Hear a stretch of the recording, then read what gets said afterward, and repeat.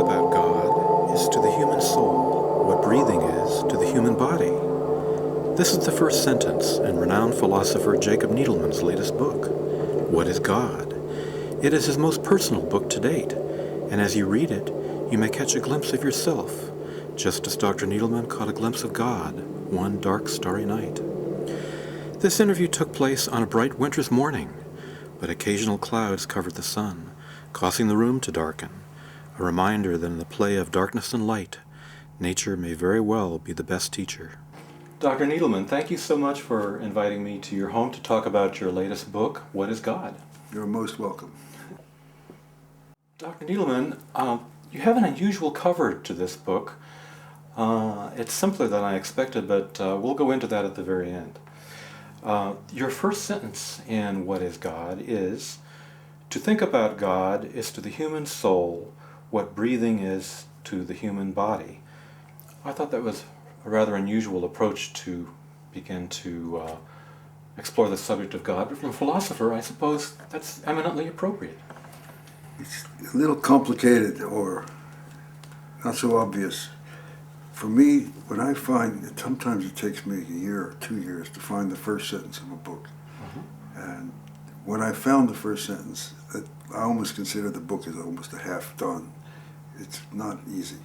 This particular sentence, which opens the book, I knew I wanted to write a book about God because I try to write books that try to create a bridge or discover a bridge between the great spiritual teachings of the world and the essence of them, as I understand it, and the concrete, really agonizing problems of our culture. And today, one of the most burning questions is, what is God? So the moment I thought of that book, that would be my next book, this sentence appeared almost like a vision.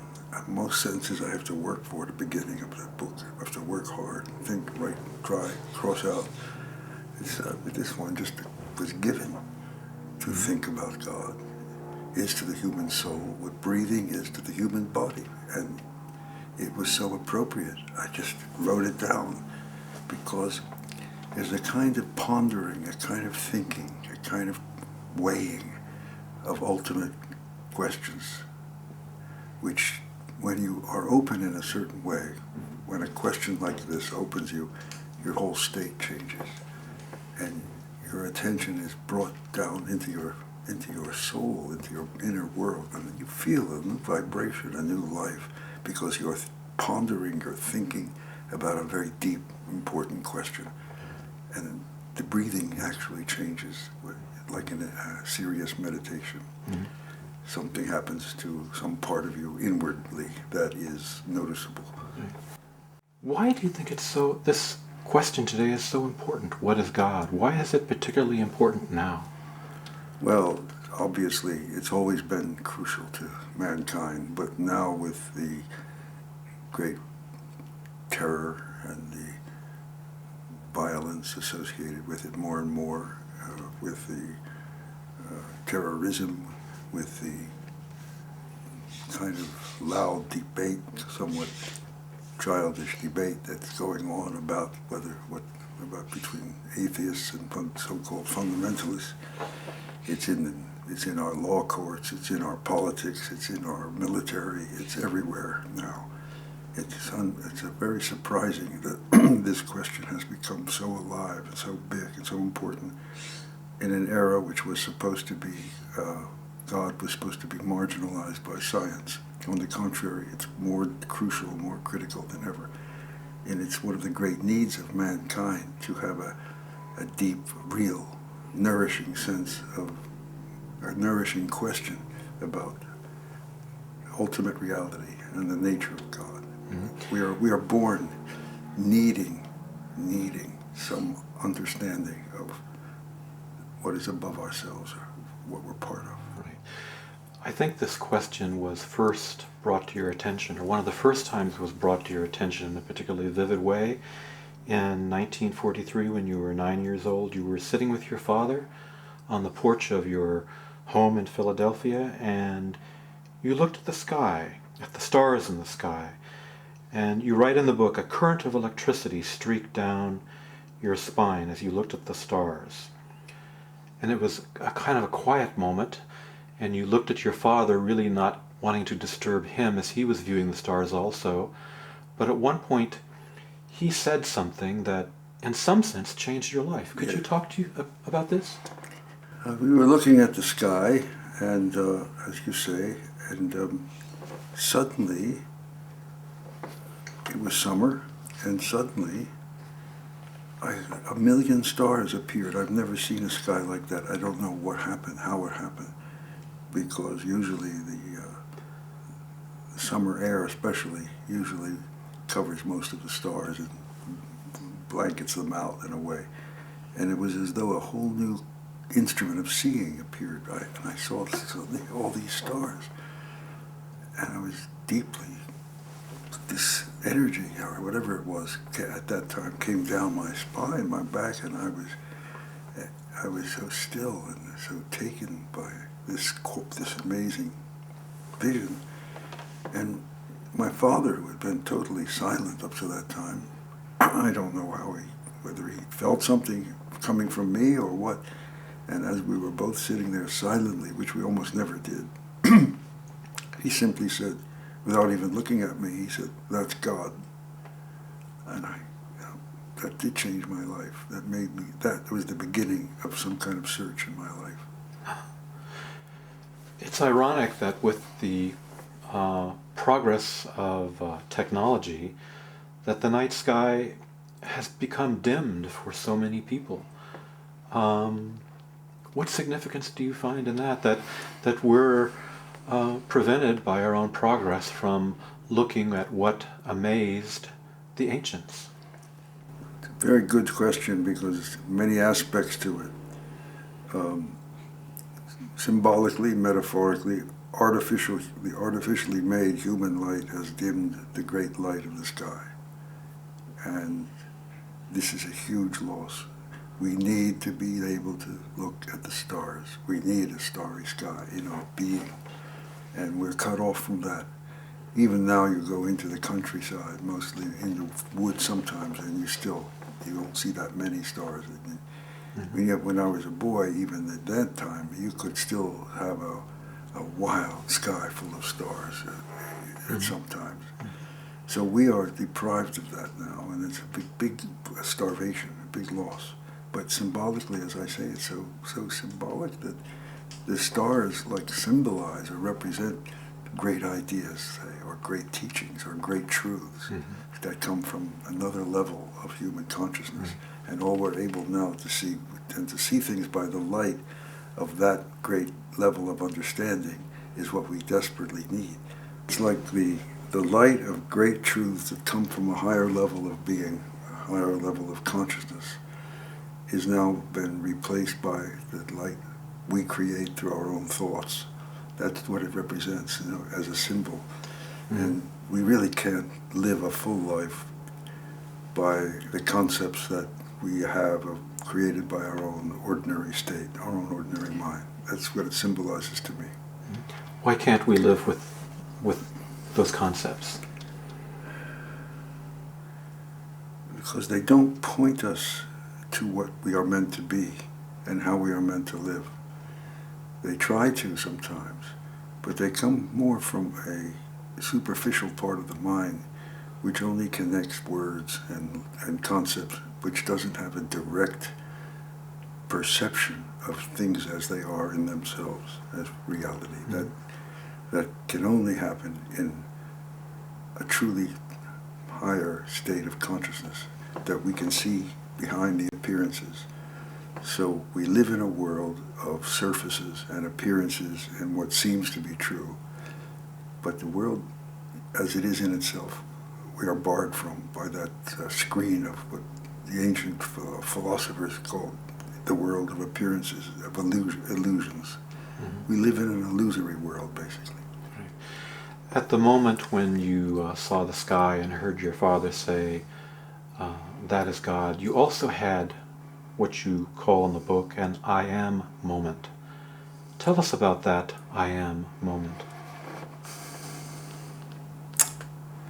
Everyone has such a moment, or more than once, I would say, very often, but almost everyone has had these moments in their life, often in childhood, when suddenly, for some reason, either you're in danger or you're in some great joyous experience or some shock of some kind, or just for who knows what reason, or something beautiful, or watching a baby born, where you feel the sense of presence that I am here, simply I am. And that is a great moment which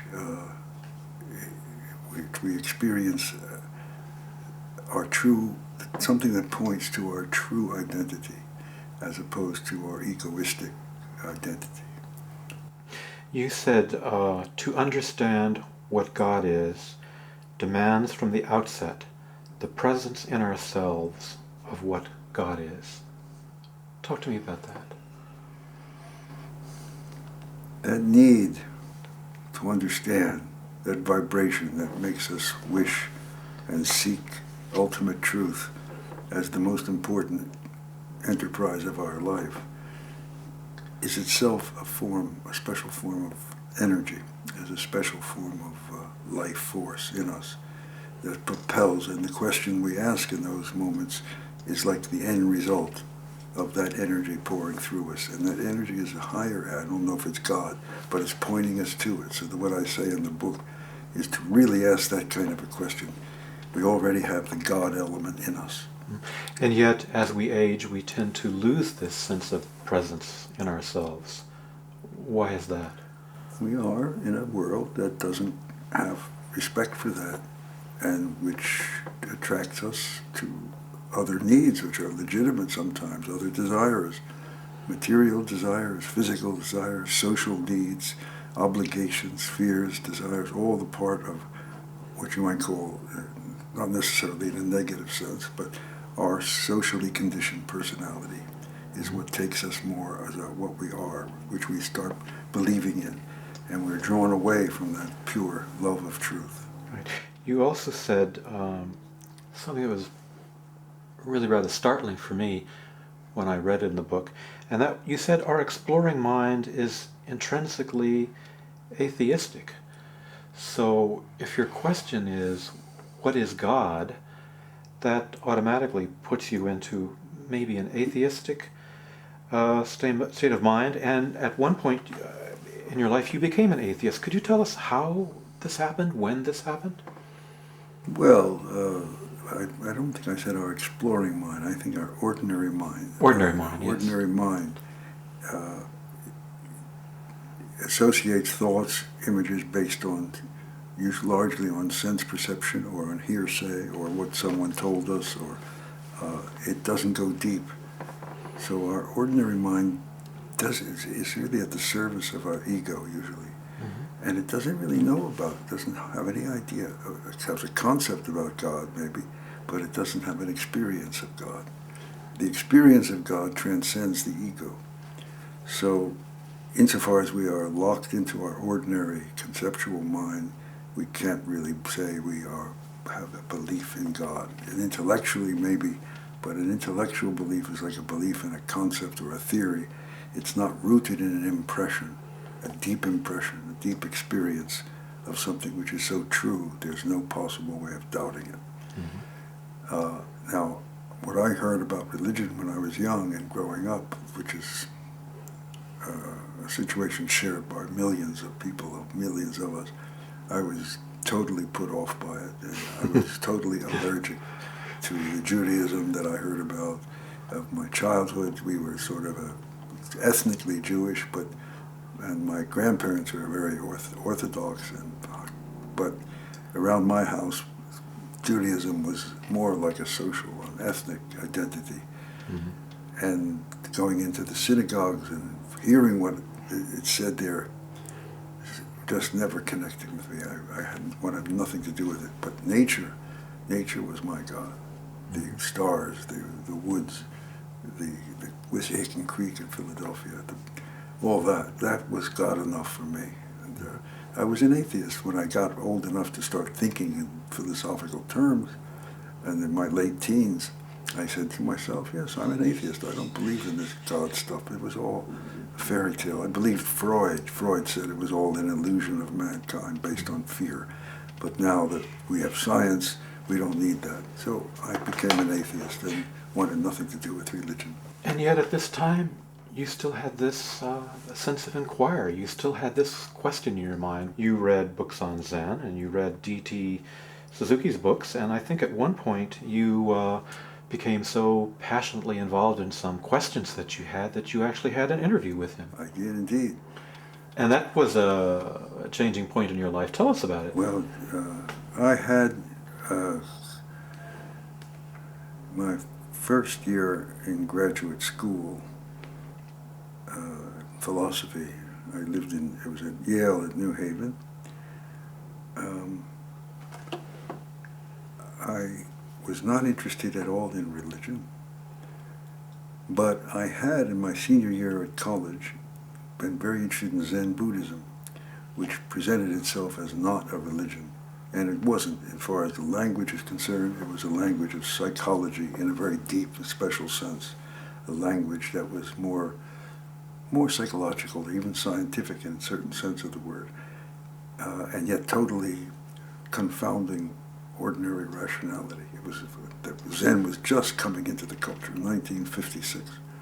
And so it was wondrously paradoxical and yet deeply interesting to me. And I had started then getting also interested in the teaching of Gurdjieff, which was not religious at all, was not presented that way. And my interest in Zen had taken me to the book of D.T. Suzuki, edited by William Barrett, called Zen Buddhism, which had such an influence. And I had the chance, I heard that he was in New York. Somebody told me about it. I knew one way or the other I was granted an interview with him. And I had written my thesis as an undergraduate in senior year on the question, what is the self? I was highly sophisticated philosophically. I had all kinds of arguments, all kinds of authorities. I really knew all about it. I had Kant, I had Heidegger, I had Kierkegaard, I was Nietzsche. I was an expert on what is the self. What a question, what a great question I had. So you met D.T. Suzuki. who was the author of Zen Buddhism, Uh-huh. and said many things paradoxical and profound about the self. I had all these ideas and philosophy in me. I was ready for giants, so I got to meet him. I was sitting in the waiting room waiting to meet him. I was nervous, and yet I was going to show him. You were ready for Dharma combat. I was ready for Dharma combat or something of that kind anyhow, and I read all these books, so I thought I knew a lot. And I simply met this man of quiet, small, slight, unassuming presence, wonderful presence, with these eyebrows that came out. And I put my question to him, well, Dr. Suzuki, what is the self? And he just looked at me and he said, who is asking the question? Now that's a typical Zen answer I learned and I should have known, but I didn't know it, but it was not, it dumbfounded me. What had meaning? Could it mean? Who was asking the question? I was shocked and annoyed. I was annoyed. I said, I'm asking the question. And he said simply, show me this eye. And I just shut me down.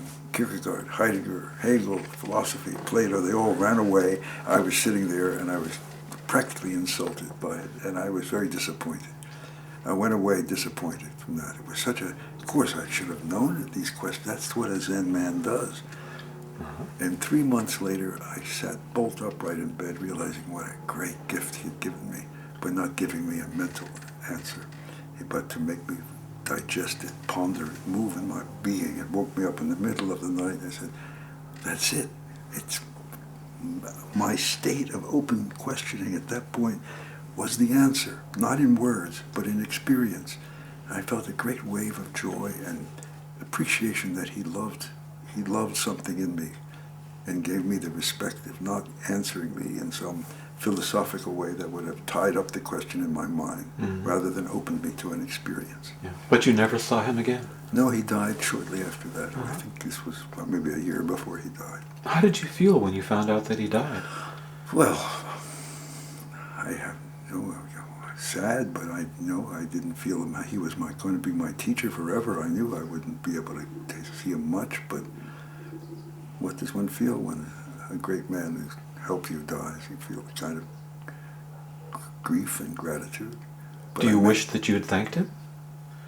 I think somewhere in the Buddha realm, he knows. I thought you would say that. Another Suzuki Roshi.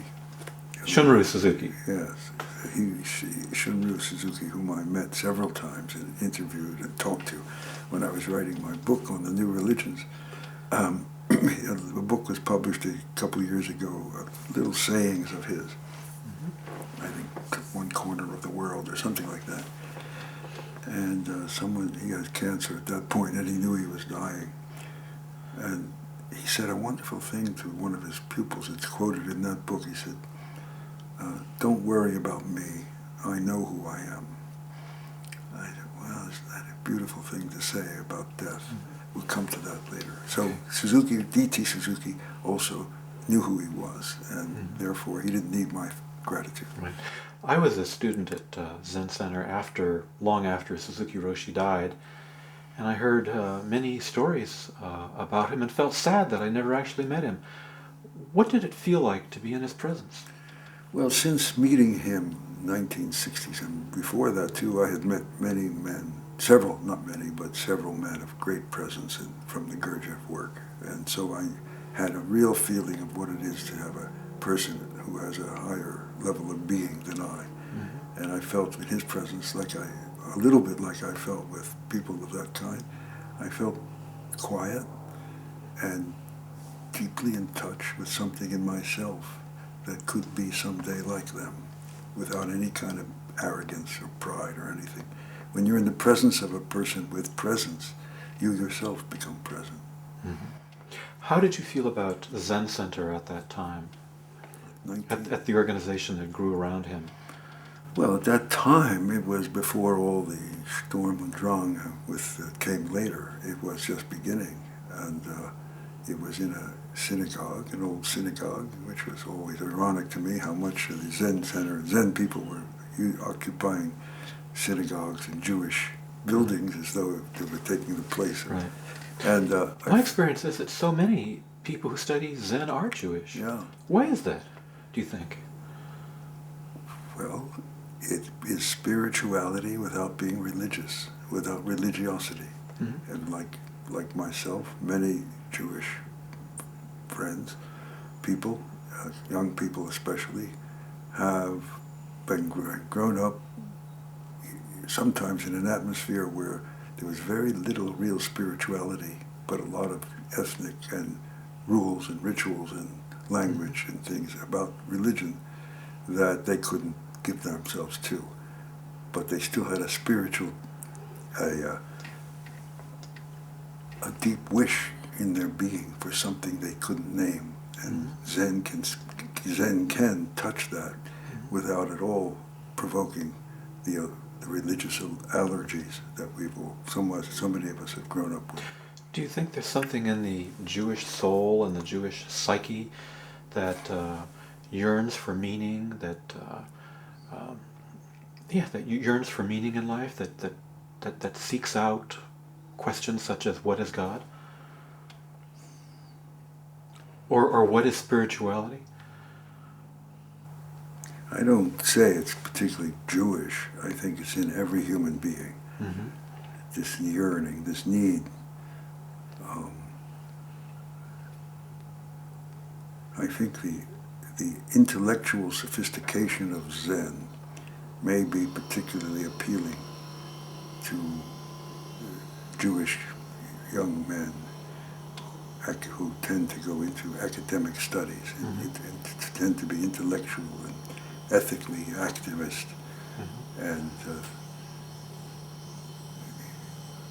there's for many of those days anyway, for many Jewish young people, there's not that much sense of transcendence in the Jewish practice, in the Jewish teaching, the Jewish religion.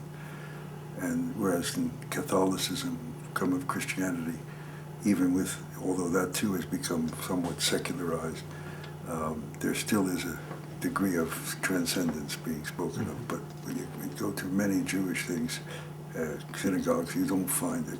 You find it sometimes spoken of, but it isn't really communicated. At least it wasn't for me. Right. You got a teaching job at San Francisco State College. You taught the history of Western religious thought, and you got this job around the time that there was a spiritual revolution brewing in San Francisco. You were at the epicenter of this, and at the same time, when you got this job, you